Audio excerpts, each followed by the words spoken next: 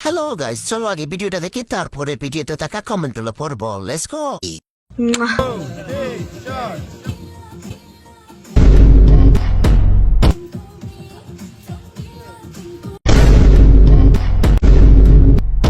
ओह यार ये कितनी औसम है यार। ओह गॉड, एक बार दिला दे। तो चलिए शुरू करते हैं। আরে বুড়া দুটা কিভাবে স্পষ্ট দাঁড়ায় রয়েছে। গাছের চিটা বড় হলে যা হয়, এক একটার ভিতরে 10 লিটার করে তো হবেই। আসতে না সে নয়তো ডাব দুইটা বেরিয়ে আসতে পারে। শিকল দিয়ে বেঁধে রাখো, নড়বে কম। সবাই মিলে করছে কম, টিপসে বেশি, তাই ওভার সাইজ হয়ে গেছে।